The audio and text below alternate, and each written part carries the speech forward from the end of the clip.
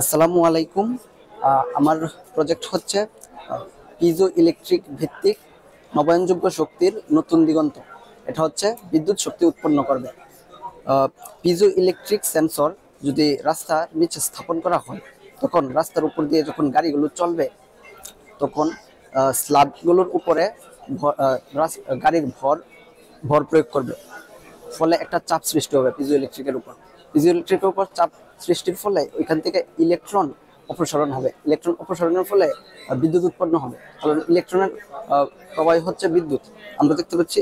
আবার এটাকে ফুটপাতে এবং ফুট ফুটপাত এবং ফুট ওভার ব্রিজেও স্থাপন করা যাবে।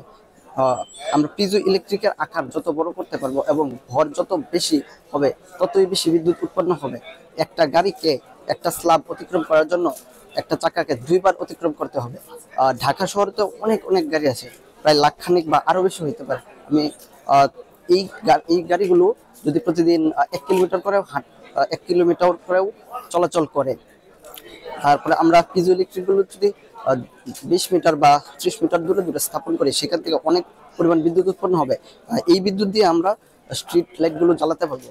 আর অতিরিক্ত যদি কোনো বিদ্যুৎ উৎপন্ন হয়, সেগুলো আমরা স্বল্প মূল্যে আশেপাশের এলাকাগুলোতে বিতরণ করতে পারবো।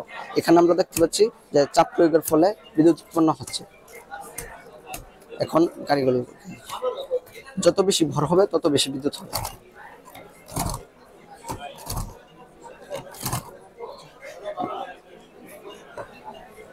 ধন্যবাদ।